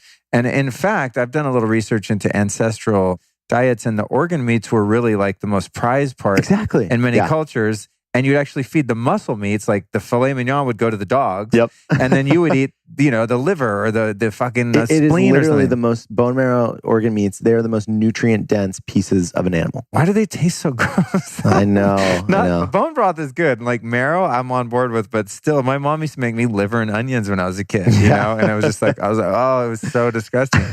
I think because maybe we're not indoctrinated into, you know, those tastes and flavors that are sort of pungent and really quite strong. Yep. If you're not fed those foods as an infant and into your childhood, then you just they're too strong. You never get used to them. You're used to something more bland. For sure. But give us a little more of the history there in terms of ancestral food and all the organs and bone broth and all that. Yeah. So basically with ancestral food, you know, cultures for thousands of years have been making bone broth, using the bones, breaking them for the bone marrow. Eagles, in fact, have been seen to like swoop down, grab a bone, drop it on a rock, it cracks, and they'll like suck the marrow out of it. So people have incorporated organ meats in all sorts of rituals and diets and stuff like that. Now, for us, we've seen that there is an incredible concentration of key amino acids and nutrients that are in organ meats and bone broth that are not found in many other foods. And so, for example, bone broth is one of the most bioavailable and best ways to get a bunch of these key amino acids and nutrients into your diet. Collagen, gelatin, glycine, stuff like this. And all of these are essential amino acids, meaning that your body does not manufacture them, but needs to get them from your food sources. And if you're not eating any sort of organ meat and you're not incorporating bone broth into your diet in some way, your body is guaranteed deficient in some of those essential amino acids. Okay, dude. I interviewed a guy the other day from New York. He's the juice king of New York. Great guy, Marcus Antebbe. He's the founder of a company called Juice Press. He's also a very ardent vegan. Sure. And, you know, I respect people's paths, like whatever, I always say whatever gets you through the night. Like, I really don't care what other people do. I don't proselytize. I'm not someone that's like, you don't eat bacon, bro? You should be eating a lot of bacon. Like, I really don't care. Eat rocks. I don't give a shit. But he's like telling me, he's like, oh, you don't know the science, you don't know the chemistry. There is no proof that your body needs any of the nutrients in animal foods, and all they do is hurt you. And every point he made countered every guest I've ever had on. Yeah. And I don't like handpick people that support my particular dietary choices. I just like, hey, I like your product. You seem like a cool guy. I'm going to have you on the show. I don't like try and skew my audience's lifestyle. Like, they can do whatever. But everything he said went against every like PhD, every neurosurgeon. I mean, really smart ass people that I've interviewed, and people like you that are just, you know, lifestyle entrepreneurs. So if I wanted to not eat animals for whatever reason, are you telling me that the amino acid profile in bone broth is not replicated in the plant kingdom, or can I fake it somewhere else? Not really. Okay. No, it's just really hard. Like, if you think about animals from a biochemical standpoint, what do plants have to do? They grow starches and carbohydrates because they need to stay stiff, they need to stay upright, and they need to have leaves that photosynthesize stuff. Animals are completely different. They're a more dynamic system. They need to have joints. They're like things that amino acids and joint tissue that allows for movement. Like, that's not really a thing in the plant kingdom for the most part, you know? Like, plants don't move on a natural basis. And so they need different building blocks for things that move. And we're human. We are much closer to an animal than a plant. And so we are an animal. Right, not exactly. Closer. Exactly. We're just a smarter cow, basically. Like, yeah, exactly. You know? Exactly. And so there are things that you can get in animal foods that you can't get in plants. I am all for and very understanding the moral arguments against eating animals. However, I think that the reality is we're just like animals that have reproduced a lot on a rock in space. And like the way that we've evolved, we've done it eating animals. There's a noticeable difference if you look at geological timelines where you can see where people started to eat animal fat. And that's when our brains developed more. That's when we became basically humans. Once we got the capacity to hunt and eat animal fat, get the super concentrated nutrients, that's when our brains developed. That's when we, you know, started becoming basically a species that was removed or slightly different than the rest of the animal kingdom. Right. And I really do sympathize. And I think that there are so many abhorrent things about today's meat industry and about the way that we treat animals. But I think that throwing it out and saying we don't need this is throwing out the baby with the bathwater. And I think that it leads to worse health outcomes. It seems like, to me, a lot of the beef, no pun intended, is, I think that people like me, because it was largely true when I became a vegetarian, everything was factory farms. Mm-hmm. Like, we're in LA now. When you drive to San Francisco on the 5 freeway, you drive by a couple of these CAFO farms. And I mean, you look at those poor cattle and it's like, they're disgusting. Dude, I mean, not only the smell, but you just look at their quality of life and it's like, I don't want to support that. Like, I don't eat at McDonald's. I don't eat meat from anywhere unless, you know, I don't really cook. But if I went to Whole Foods, I'm getting like the number 5 highest animal welfare thing, or I'm not getting it. And I get my meat here almost exclusively from Bel Campo, where I've been to the farm. Like, I've seen the whole process. Bel Campo's great. I've met the farmers. They're really good people. They don't hate animals. They're not Satanists. Like, they're cool. They understand the value of living organisms and how they should be treated and all that. So I think the issue is that a lot of people just sort of like categorize all animal foods as this horrendous system. Yep. When that is not in fact the case due to public demand and conscious entrepreneurs like you that are like, I'm not buying my bones from these assholes that are like mean to the land and mean to the animals. Exactly. Like a change definitely has to happen. And I think that we're in the early stages of that shift happening. However, the last thing I'll say about vegans is I have seen extraordinarily low long-term compliance rate for veganism, and a lot of people that after several years of sustained veganism will reincorporate animal protein. And you know how they do it is by bone broth. By bone broth, yeah. Exactly. Dude, I have a lot of vegan friends that are like, bro, I'm in year 4, I'm dying over here. Yeah. And I'm like, hey man, cool. Don't eat a raw steak. You know what I'm saying? Like, totally. Just get on some bone broth. No animals are killed to make bone broth, or no animals are killed so that we can make bone broth. You know, we're taking a waste product, making calories out of it, and it will provide all the essential nutrients that you need as a vegan or a vegetarian. Really? So that you don't feel shitty all the time. What about the B vitamins? That's a big thing that a lot of the paleo proponents say, like you can't get adequate amounts and enough of a diverse profile of B vitamins from any plant-based diet. And even if you supplement, like B vitamins are essentially made from fermentation. Like if you buy like a B vitamin pill. So it can be made in a laboratory, but still you're not getting the complete biological profile of a B vitamin would be. I totally sympathize with that. I don't think that the way to optimum health is veganism or vegetarianism. However, if that's the way you believe, if you're doing vegetarianism, veganism, whatever, and you're drinking bone broth, which I guess would make you not technically either one of those, but whatever. I think that having B vitamin deficiency is probably better than having B vitamin deficiency and being deficient in all of these essential amino acids, proteins, stuff like that. So I think it doesn't solve the problem, but it helps it a little bit. Maybe. Right. And then there's the other thing about it, because I'm just so curious, especially as I said, just off the heels of this interview where like Marcus just went off on me, dude. Because he asked me before the interview, he's like, are you vegan, bro? You plant-based? I was like, no, dog. I just had a delicious elk burger from Bear Burger, you know? And he's like, no, man, we need to talk.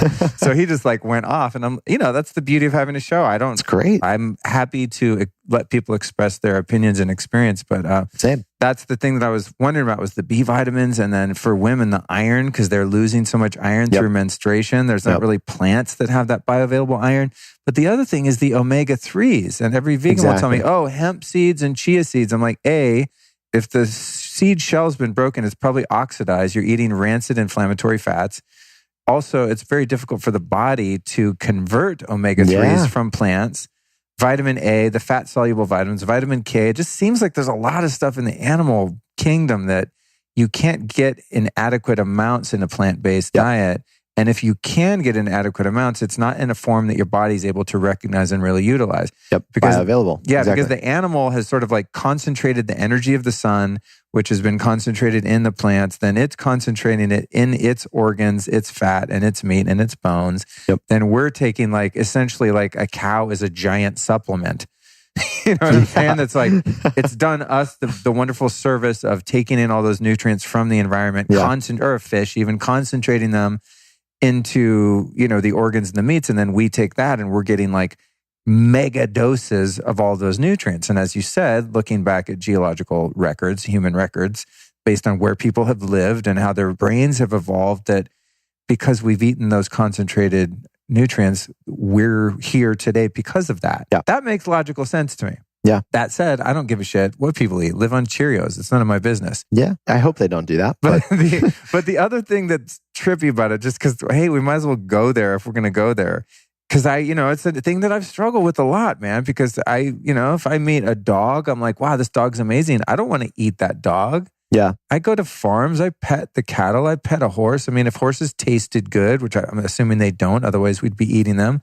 When I see a horse, I don't have an inclination. I'd really like to slit its throat and pull its heart out and put it on a plate and fucking eat it. It's like it seems weird because I'm very divorced from that as not being an indigenous natural human that lives in accordance with the laws of nature. I'm very far removed from nature, so I have this disconnect from watching cartoons where bears are little cute cuddly things that are your friend and you have a teddy bear. So I don't want to go out and eat a bear. It's a spiritual disconnect. That said, I also think about it from the other perspective, and I want to see what you think.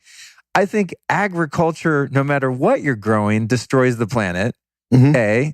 And that one animal's life is not necessarily less or more inherently valuable than another's. So say I am a kale farmer, I buy some land, I'm plant-based, I don't believe in farming animals. And so I take a bunch of tractors and I mow down a hill or a forest. Yeah. I'm killing probably to grow an acre of kale. Think about the calorie, like the net calories you're getting versus raising one cow, okay, on the same parcel of land. Yep. How many animals actually have to die to raise an acre of kale to get the caloric value versus one animal? So how many rabbits, and this is not a justification to trick myself into ethically thinking meat's okay. It's just a trippy way to look at stuff. Yeah, no, I know. So how many gophers, how many snakes, how many lizards, how many birds and their nests and their young? How many insects? Yeah, how many insects, how many grubs, how many worms, how much fungi has been killed to grow the plants. And so it doesn't really matter if you have a bunch of goats or some sheep on land or if you're growing kale and carrots. If you're taking land and you're fucking peeling all the vegetation and all the animals off it and you're growing anything, you're fucking the environment up and you're killing a bunch of stuff. Mm-hmm. Then you take that kale, you pick it all, you just killed all the bugs that are now using that ecosystem, right? Yep. And then you wash it off and you put it in a truck and you ship it to Whole Foods. And then that truck is killing hundreds of thousands of bugs on the windshield. And then you drive your car. In other words, it's like if you really, really, truly wanted to be plant-based and not kill anything in order to live, then you can't drive a car. You have to farm your own vegetables and you have to do it in a patch of land that's totally raw, natural, wild land in which no animals have been killed. Yeah. You know what I mean? It's can't like refertilize using manure from animals. Right. So it's just, I don't know. It's weird. I think the solution that we're looking for is people need to stop having sex. Yeah. If you truly care about the environment, don't fuck anybody. Don't make kids because overpopulation necessitates the need for this crazy agriculture. Yep. It's like the only way to truly like farm sustainably and ethically and humanely is to grow food indoors under laboratory conditions, under lights like we're looking in, where no animals are killed. But even then, you're still killing a plant. And who's to say that that plant's life has any less value than a grasshopper, than a mouse, than a rabbit, than a dog, than a cat, than a horse, than you know, it's like... It's trippy to think about. In order for any living thing to live, it rapaciously has to feed on other forms of energy. Yeah. I mean, that's the energy pyramid. Right? Yeah. So this is just... It's like anything that can't drink the sun's energy has to get it by killing something else that can. Exactly. So I think what I'm saying is, in my Flintstonian, cartoonish way of putting this all together, is that if I truly wanted to cause no harm on any living things, I would have to live on sun and be a breatharian, do water and sun. Because anything I possibly eat to sustain my own life has to kill something else. I would argue then you're committing self-harm though.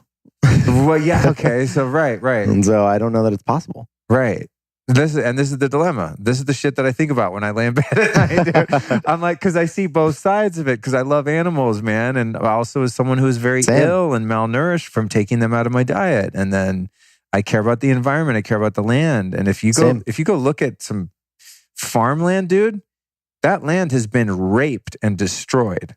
Big agricultural farmland. Yeah. Yes. Okay. Yes. All right. So having said all that, that's my fucking rant on this thing. Give me your whole take on agriculture, farming plants versus farming animals, the ethics of it, the environmental impact, all that. Where are you at with it? Because this is as far as I can get with it. Yeah. And I've talked about this before on the show, and people have been like, oh, you're just trying to justify eating meat. And I'm like, yeah, I am. I'm trying to justify all of this and find some sense because it's all very confusing, you know, and I want to be as conscious as possible. I care about the environment. I care about my own body. I care about my friends, my family, my listeners. I want what's best for the highest good.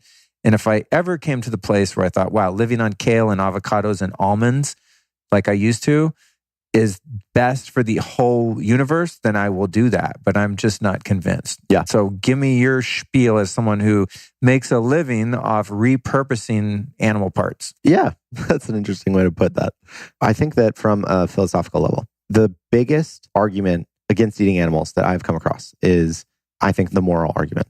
Far and away. I don't think that the nutrition argument stands up. I don't think any other argument really has much merit from a vegan vegetarian standpoint, except for the one about the morality of eating animals. And so I think about this in a couple So you don't ways. believe like all this shit, the China study and all this, like meat gives you cancer. It seems like all the studies No, I that mean, are... if you look at those though, they correct for lifestyle things and then the differences basically go away. And so you correct for lifestyle differences. It is true that people who eat meat tend to have worse lifestyles, and that causes a whole host of other problems.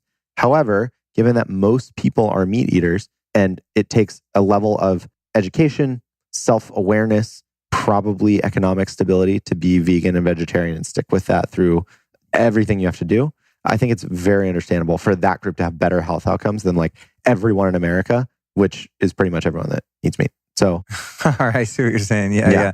So it's sort of a skewed, like the test. It's a bad sample. And you can look at breakdowns of the China study. I found it very unconvincing if you correct for some of these things. That findings that were game-changing, like basically go away. Right. So anyway, the only argument that I've found have any merit is the moral one. Okay. That one I think is a decent argument. I mean, if you think about, and I think this way, about evil in the world is like the suffering present in conscious beings. You know, you could think of consciousness as kind of a multiplier on suffering. And so if suffering is like a 5, humans might be a 10. And so like a suffering human might have a 50 score. You know what I mean? In terms of suffering. Like we want to fix that. However, and then I think animals are less conscious than humans. And then insects or fish are probably less conscious than animals. And then it probably goes insects, plants. In terms of like self-awareness and intelligence. Self-awareness, like some sort of self-actualization, some sort of understanding of what's going on in the body. Like from all that we can tell, worms kind of can't feel pain. And I've heard that said about fish. Do you think that's true? Yeah, I've heard that about fish too. I don't know, to be honest. When I was a little kid, my dad was still a very avid fisherman. And I loved going fishing because I love being out in nature and I love seeing the fish. But when you have to drag them out of the water and hit them with a goddamn rock and smash their skull, I felt really bad. Yeah. Like even just pulling the hook out of their mouth, I was like, oh God, this is so uncool. Yeah.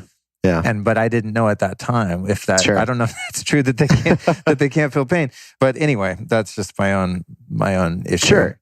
So I think about these different kind of levels of suffering. And the way I think about it is the best case scenario is you want to decrease first, and most importantly, the amount of human suffering in the world, and then kind of move on to animals. And I happen to think that an individual's reality as a human is in large part constructed by what they put in their bodies. Like if you are unhealthy, you're unhappy, you're depressed, you have gut issues, that is affecting your reality in a really negative way. And it's really increasing the amount of suffering that you experience as a fully conscious being at the kind of the top of the consciousness food chain. And so I tend to think that that is worse than a lot of, animal suffering. That said, there's more animals than people. There's like a ton of other people that would argue against that. I just think that reducing human suffering should be the first priority. That does not mean, though, that we should have license to torture animals to the extent that big food is doing that right now. And so I think the second part is, as being a conscious human, there's almost nothing you can do to reduce the impact of big food by going vegetarian, vegan. Like it just doesn't matter. Such a small percentage of people do it. People tend to eating meat again because they feel bad and all of this kind of stuff.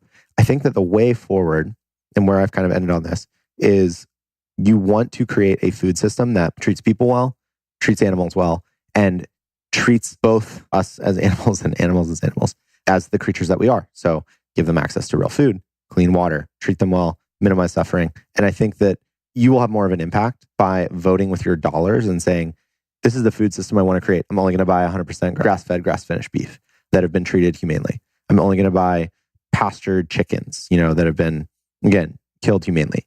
I think that cutting down on meat consumption, totally fine, probably a good idea. However, I think that in our society, we probably do eat too much meat. However, I think it's going way too far to say, I'm going to cut all meat out of my diet. And by doing so, I'm going to drastically reduce the amount of suffering in the world. Way more good has been done by the 3 million people that have decided to eat grass-fed, pastured meat than by the 3 million people that have said, I'm going to cut this out of my diet completely. There's the other part of it too, which is the huge variation in farming practices and how destructive those practices are, not only to the animals, but to the environment. Mm-hmm. And in the plant-based, proponents would argue that like like the movie Cowspiracy and all this stuff. There's a lot of stuff that comes out and then you find out like, actually the science doesn't really hold up, you know? A lot of stuff is sort of skewed or just totally made up or just not valid. It's kind of like some of the climate change, global warming stuff. It's like, you're like, but there's more ice in the North Pole now than there has been in 4,000 years. There's definitely holes in some of the stories. So with that, it's like when I went to Belcampo Farms, they took this basically arid desert, 22,000 acres. And by using the old school kind of old world European methods of farming and agriculture, they have brought this land back to life, raising animals because they move the animals around in a way that mimics the way that animals migrate in nature. So when you go back to the United States and the plains of the West that were full of, 50 million bison before the European settlers came here, this was like lush land. All of these places that are now barren deserts and are unfarmable. The Dust Bowl. Were fertile because the animals were there. Exactly. Cloven foot animals like trudging up the dirt, shitting everywhere. Like making the soil super awesome, like creating a, 10 feet of topsoil essentially in this country. So would you agree that if farming is done in a way that's conscious and intelligent and someone is, knows that system enough to be a good, a responsible custodian of the land, that in fact supporting animal agriculture benefits the land rather than hurting it? Yeah, 100%. I think that the most harmful thing in the US food system are corn and wheat subsidies. That, in my mind, infiltrates everything in such a negative way. Corn subsidies mean larger companies, because only these larger companies can buy enough land where that subsidy is meaningful. It means that growing practices and GMOs are incented to go the wrong way. Like if you get a corn subsidy and it doesn't say yes or no GMOs and you can double your crop or whatever by doing GMO, you're going to go that way. It makes the price of bread and other carbohydrate-rich foods artificially cheaper. A hamburger at McDonald's should not cost $1. The reason that it costs $1 is because, in large part, due to corn subsidies. And that works because the buns are cheaper, the beef is cheaper because they can feed cattle this artificially cheap corn, soybean, wheat mix. And it fucks up the economics of the entire supply chain and gives us this horrible reality where the foods that are worst for you are also the cheapest. I think that problem and that mispricing is one of the biggest issues in food today, that if I could wave a magic wand, that would be the one thing that I would focus on. So if someone is an activist of sorts and they really care about the welfare of our planet, they would probably be better served to quit the commodity foods like corn, soy, and wheat. Like if we could eradicate those from the food system, it would probably help the planet and everyone. Or support a local farmer or a local community garden or whatever it is. But if you are saying that there's a strong moral case to give up meat and instead you eat commercially grown pasta, bunch of carbohydrates, eat massively, vegetables from massive farms, I think that you are no better and probably worse than the average meat eater in terms of your negative environmental impact. Right. Interesting. Yeah. Cool. I'm happy to hear your perspective on that. This stuff's so interesting to me. It's crazy, man. Yeah. It's because I didn't know anything about this 2 years ago. Yeah. Well, that, it's your business. So before we wrap up, I want to go a little bit more into the bone broth stuff because I didn't know we were even going to talk about all this. I was like, cool, we'll do an hour on bone broth, but there's always more. Once my curiosity starts to get fired up like it is today, there's always more. So I'm glad we've got to dive into some of this other stuff. But going back to the broth, because it's been such a meaningful impact on my health personally, is just something I'm always on. Yep. For people that are kind of unfamiliar with it, what does the process look like of making it? What is bone broth and how's it made? Great question. So you take marrow-rich bones and bones with a bunch of connective tissue. You put them in water, throw in a bunch of spices, vegetables, kind of to taste, and then you cook that down for 24 to 48 hours, generally. And then I like to add a little bit of apple cider vinegar, not only for nutrients, but also to help break down the bones so more of the nutrients get into the broth. You basically cook it for an extended period of time. So that's real, huh? I remember that when I was making it. I'd hear that. And I'm like, where'd this come from? Is it just one of those weird, like a cooking meme, There's actually some validity to that. So it's an acid, right? And so acid basically helps things break down faster. Okay. And so when you're exposing bones to heat, pressure, and an acid for an extended period of time, you'll get them to break apart and release more of the nutrients. Oh, cool. So you add those ingredients, you cook them for a long period of time, strain out the bones and the vegetables, and you just have this super nutrient dense broth that people will then cook with or drink. And the way to tell if you have a real bone broth, at least with beef, this doesn't always happen with chicken, is put it in the fridge. And if it firms up at all, it's a real bone broth. And that firming up process is due to the high amounts of collagen, which is broken down into gelatin. And gelatin, when it experiences cold over an extended period of time, kind of hardens up a little bit. Because it's a protein. Right. And so if your bone broth gels, as they call it, that means that there's high amounts of collagen and gelatin, which are two of the main nutrients and two of the main reasons that you'll drink bone broth and incorporate it into your diet. And also the things that give you good, for ladies listening or guys that are Skin. sort of vain, skin, hair, nails, right? And then like your brother, injury recovery because your tendons, ligaments, skin, like all of your connective tissue and all that stuff. That's what it's made of. So essentially the amino acids, the collagen, the protein that you're giving your body is what your body's made of. I think that's the other thing with me too, that I finally was like, I can't be vegetarian because I am made of meat. Yeah. It's like, I think I had the thought one day, I was like, wait, I don't eat meat, but I am meat. It was like this, moment, like the Space Odyssey 2001 theme song started playing in my head. And I was like, wah, wah, wah. Oh my God, I am meat. No wonder I'm not well. I need my meat needs meat. So we're boiling down essentially these animal bits because we're made of the same animal bits. So our body essentially is like hungry and thirsty for more of the raw materials by which it rebuilds itself, right? Because your body's constantly regenerating, rebuilding. It's just happened so slowly that you can't tell. You're like the Terminator and you're regrowing tendons that get ripped or, your hair falls out, then new hair comes. Where does it come from? It comes from the stuff that you're eating. Yep, 100%. I got an email from someone the other day that was like, dude, bone broth is full of heavy metals. Like those animals are loaded with lead and are you testing for it and stuff? I'm like, I never thought about that. Yeah, so, it's a great point. So we test all of our stuff for heavy metals, obviously, because we care about the stuff. Yeah. I drink my stuff. My mom drinks my stuff. My grandma drinks. Like we all drink it. Yeah. I want to make sure it's the best. Yeah. And so that is definitely a concern when you are using factory farm animals. And where are they picking up the metals? In their diets, in their water, this is again, the issue with bone broth is if you imagine a cow or a chicken that only has water that has heavy metals in it, those are not necessarily going to be present in the meat. So the meat will pass inspection. Right. Where it gets stored is all the fatty tissue, the marrow, the joints, the tendons, stuff like that. Okay. And so this stuff will just collect over a long period of time for animals that don't have access to high quality food and water. Right. And so that, again, not only is that why we test our stuff, but that's why it's so important to use organic sources, grass-fed, grass-finished, all of this kind of stuff. That's part one. Part two, there were, I believe, a couple studies focused on lead in bone broth. They used factory farm chickens, all of this kind of stuff. That said, even then, the lead levels were not crazy over FDA limits. Like it was not a toxic dose. It was just more than I would want, certainly, but it was not. I think that storyline has been blown a little bit out of proportion, is all I'm saying. Like a little propaganda going on there. And then something that I'm always concerned about when I'm buying commercial foods that have been cooked is the actual cookware. I think a lot of people they don't understand that there's different metals. Like a pot is not just a pot. Yeah. A lot of people I've worked with clients, one in particular, oh my God, I did like a kitchen makeover for him. Really successful, wealthy guy, has a house in Malibu. I mean, should have the best shit ever. Yeah.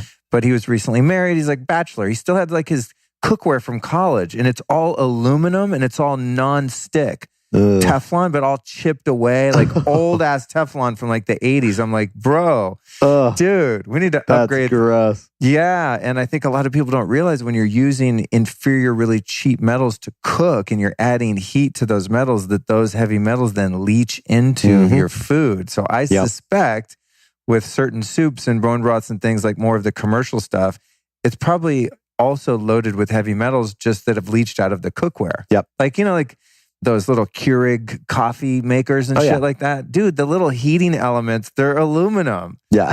I'm like, if you tested like your average coffee maker for heavy metals, it'd fucking floor you, and BPA and all that stuff. For sure. A lot of people think about like the ingredients that go into cooking something, but the actual materials you're using to cook, They matter. They matter too. Certainly. So what did you guys think about that, or is that part of your process at all in terms of? Yeah. So we only use stainless steel kettles. And all Right. that kind of Okay. stuff. Yeah. Oh, okay. And if you're getting your stuff tested for metals, if any of that was showing up in the broth, it would be in the finished product. Oh, yeah. Because that's what's getting tested. Exactly. Interesting. Have you ever had situations in which like you're doing everything right and somehow your labs came up weird and you're like, where the hell's this shit coming from? Okay, that's good. Well, actually, that's not true. So every batch that you pull samples from it and you send it to a lab to check everything's good. Yeah. So we had one instance where it came back and they were like, wow, this is super messed up. Everything's oxidized and the nutrients are like way lower than they should be. Turns out in transit, one of the boxes had gotten punctured and then like spilled. So there's a small air hole in one of the boxes and that threw off the entire batch. But that's the only scare that we had. Yeah, that's cool. That's cool. Yeah. And then we were talking a little bit before about, the perils of making broth yourself. And I don't want to discourage people from doing that. Definitely do it. A lot of people like to cook and like, hey, cool, that's great. fun. Just I'm the consummate bachelor. Like I literally live out of my Vitamix. I hate cooking. I don't even like eating. Like to me, eating and cooking, it's all like taking a shower and going to the bathroom. It's all in the same category. Like it's just a pain. It's a hassle. Sure. It's just an interruption to my life. Unless it's a beautiful meal, that's been prepared by someone with love and care, like eating with friends. Like I like that. But just home alone, I'm like, oh God, I got to eat. I'm trying to like build my online course or whatever. I'm doing something awesome right now. I'm trying to record a podcast. God damn it, I got to eat. So it's not for me, but people can make their own bone broth.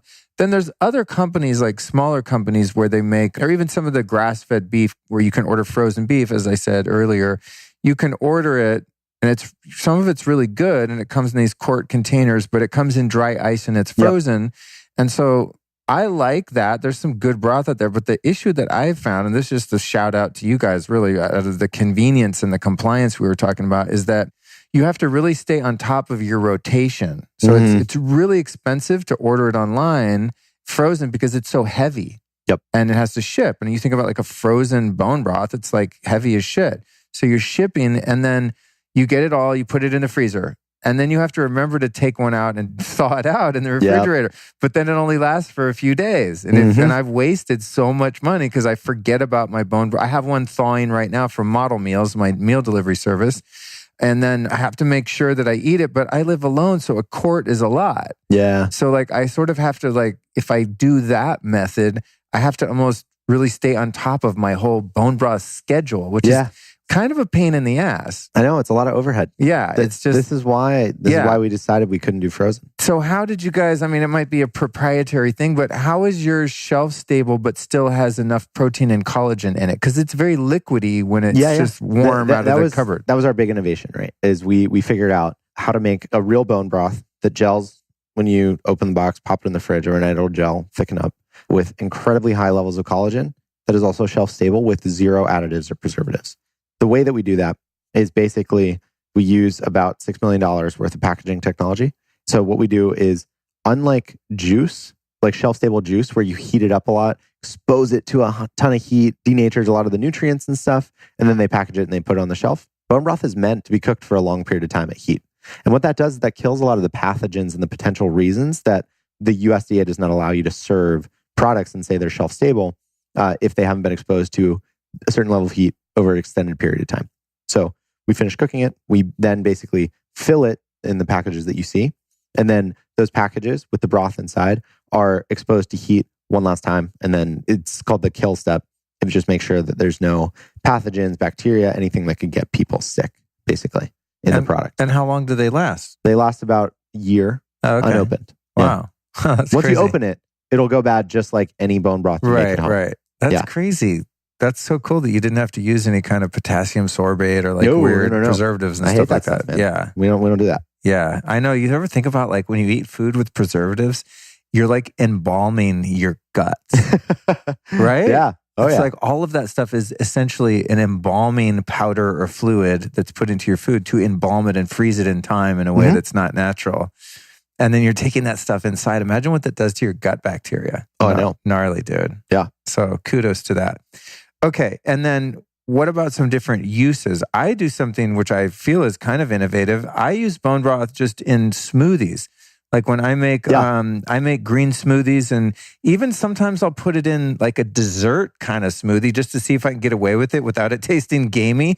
And it's actually undetectable. Yeah. So what can people use bone broth for? Yeah. Because some people don't like necessarily like the taste, or they're not in the habit of sitting there sipping a cup of like kind of a greasy, thick, very gamey animal type broth. Like, so when I turn people onto it, I'm like, hey, you can make these 5 things out of it, get it into your body. You don't even really notice, even though it's kind of inert. It doesn't really have much of a flavor anyway by itself, but there's ways that I've found to sneak it into foods. What are some recommendations you have? Smoothies is a good one. We find that a lot of people will do drink it in the morning, add salt, pepper, your favorite herbs, whatever. Some people will simmer like rosemary and some of these other herbs in it, which they really like.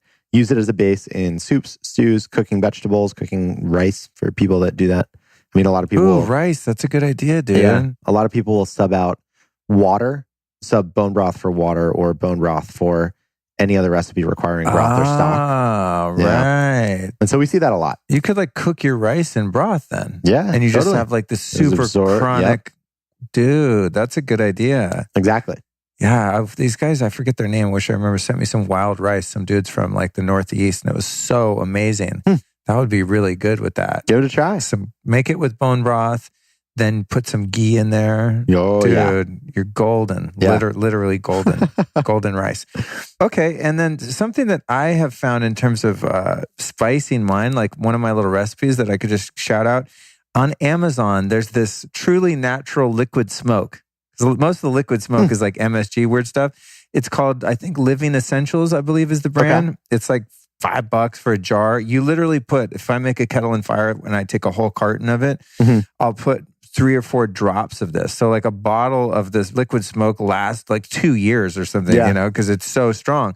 But it really is like evaporated water from burning wood. It's literally liquid smoke. Whoa. And it's got this dopest, like smoky barbecue flavor, and it doesn't have any preservatives or anything. That's awesome. Yeah, that in your bone broth with some sea salt and maybe a little like turmeric powder. I'll give that a try. Sounds amazing. Bro, insane. Actually, we could have one when we're done. I'm kind of hungry.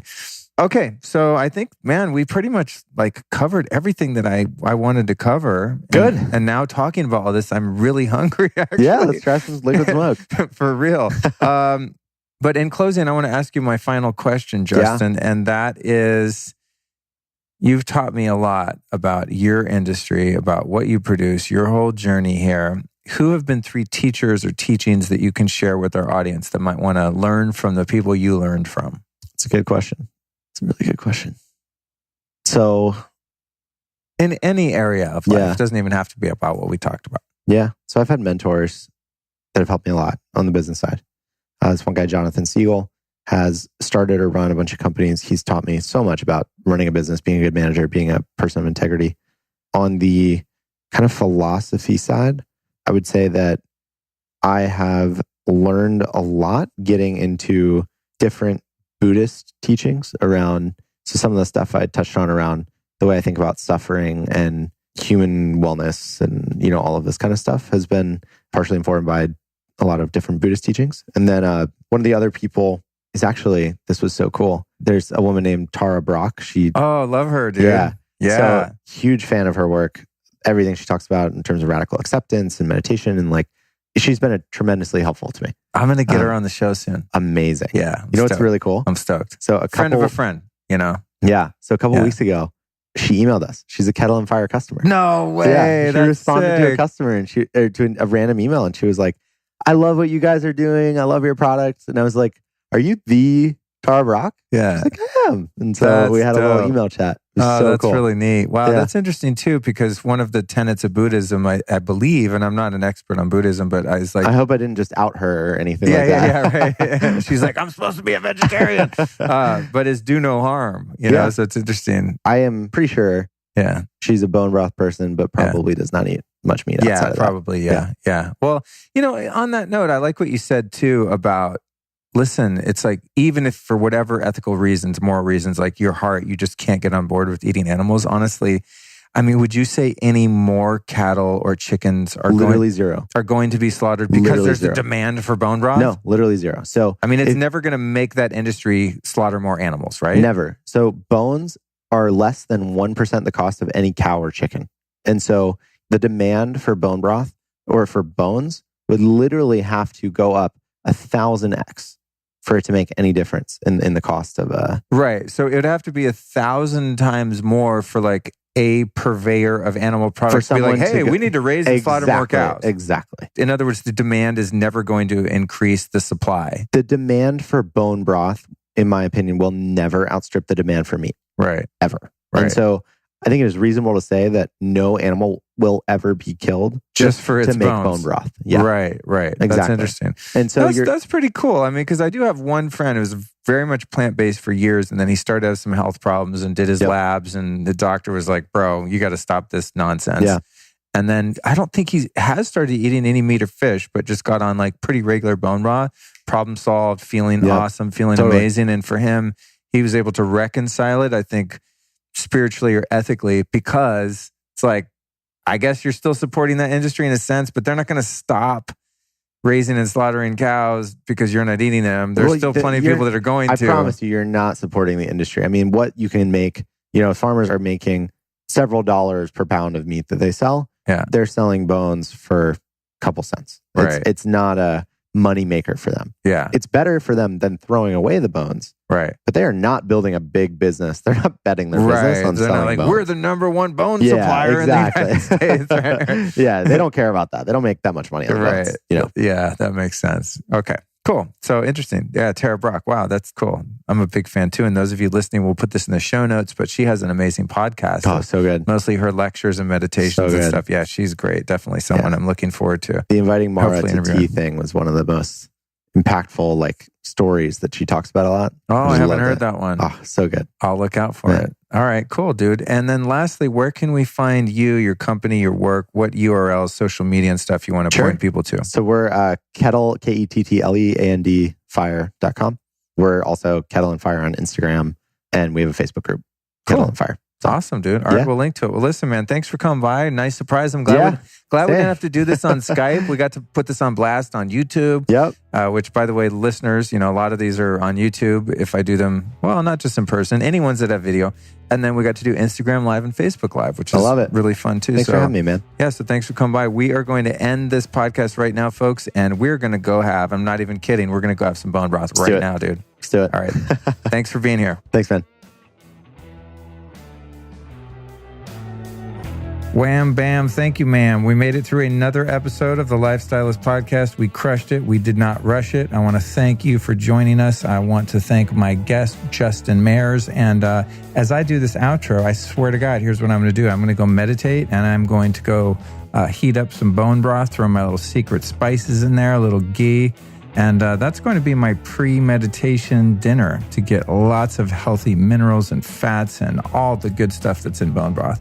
One of my favorite foods, and that's why I wanted to do a show about that and also just the food industry. I think it's really interesting to find out where the foods that I eat and that many of us eat actually come from. If you remember last year, I went up to Belcampo Farms and met the animals and the farmers and the land where I get much of my food. And so I really enjoy kind of getting closer to the process. I'm just one of those nerds that wants to know how everything works. I also really want to know how the system of Ayurvedic medicine and the lifestyle of Ayurveda works, which is why next Tuesday, I've invited our guest, Sahara Rose, to join the show. And we do an insanely fun, yet also info-packed episode about her expertise, which is the Ayurvedic way of life. It's the oldest system of natural medicine on the planet. Really cool stuff. If you want to catch that one, make sure to subscribe to the show so it just ends up magically appearing on your device. Also, I want to give you an invitation here. You ready? I'm going to give you a virtual, verbal invite right now. Listen up. I would love for you to join us over at the Lifestylist Podcast Facebook group. This is a place where I'm beginning to interface with more and more of you listeners, and the listeners are also starting to get to know one another over there, at least virtually. Although now that I'm doing tons of events, oftentimes I'm meeting people that are in the group that come to the events, and people that are in the group are meeting each other at the events. It's one big happy family over at the Lifestylist Podcast. To join that group, just crack open Facebook and search the Lifestylist Podcast. The private group will pop up, and request to join. We'll let you in, and we will party like it's 1999. It's a great place to ask questions. I do a lot of exclusive videos. The other day, for example, just randomly, I was making a weird green smoothie, and I decided, I might as well just have my camera on to make this process more interesting. And that was a live feed there in the group. And I ended up doing an hour and 15-minute video tour of my entire supplement cabinet, which could take, honestly, 10 hours. But I went through every item that I take every day and explained why. And wow, that got a lot of views. People really like that. After I did it, I was kind of kicking myself in the ass because, it was a very private experience. And as usual, I didn't have any sort of boundaries or edit or anything. I just kind of let it all hang out. But I don't know. You guys seem to dig that. I try to do the polished stuff, and people, they don't care. I get less downloads and less views the more edited and polished life is over here at the show. So the Facebook group is a great place to see spontaneous craziness like that. And also, when I do interviews like the one that you just heard with Justin, the one coming up next week with Sahara Rose, I 99.9% of the time live stream those in the Facebook group, where you get to see all of the behind the scenes action, which is really cool. So if you're a diehard listener of the show, you're hearing the edited, really pretty, no warts version of the show. But if you're in the Facebook group, you get to see me actually do the recording and prep the guests, and you see the tripods fall down and all the dumb shit that tends to happen when I'm trying to make a recording. So join the damn group. Search in Facebook for the Lifestylist Podcast. Join the private group. It's private, so you can kind of, keep it real in there, and no one sees it except members of the group. Okay, let's thank this week's sponsors, Biome. You can go to biomehealth.com/lifestylist and save 15% off by using the code Lifestylist. And you can get their insanely dope probiotics that include not only bacteria, but beneficial fungi as well, which is very unique and cutting edge. You can also get your poop tested over there in a very non-gross way. It's a little swab. You put it in the mail. It's actually pretty chill compared to most of the other gut biome tests. So I recommend that you go do that. And then, of course, my friends over at Onnit, a company that I've been supporting on the sidelines for years and are now sponsoring the show. So I'd love for you to support them as well. You can go to onnit.com/Luke. That's ONNIT.com/Luke. And if you go over there and use the code Luke, you'll save 10%. Onnit is where I get a lot of my supplements. I buy coffee from them. I buy their flavored MCT oils, all kinds of good stuff. If you want one recommendation to walk away with, they have a supplement called New Mood that's all of these super chill herbs. It's really good for anxiety and just relaxation and also sleep. So they have a lot of great things. Then, of course, Alpha Brain, which is like the gold standard in the world, I think, for nootropics. I mean, I've been taking Alpha Brain for ages, as is every biohacker, I think. And then, of course, Organifi. That's Organifi with an I. Here's the site, Organifi.com/Luke. Over there, you can save 20%. It's a fat discount using the code Lifestylist. So in summary, Biome, that's BIOHM, by as in Biome Health.com/Lifestylist, Onnit.com/Luke, Organifi.com/Luke, and the savings are aplenty over at the sponsors. It's very helpful when you support them.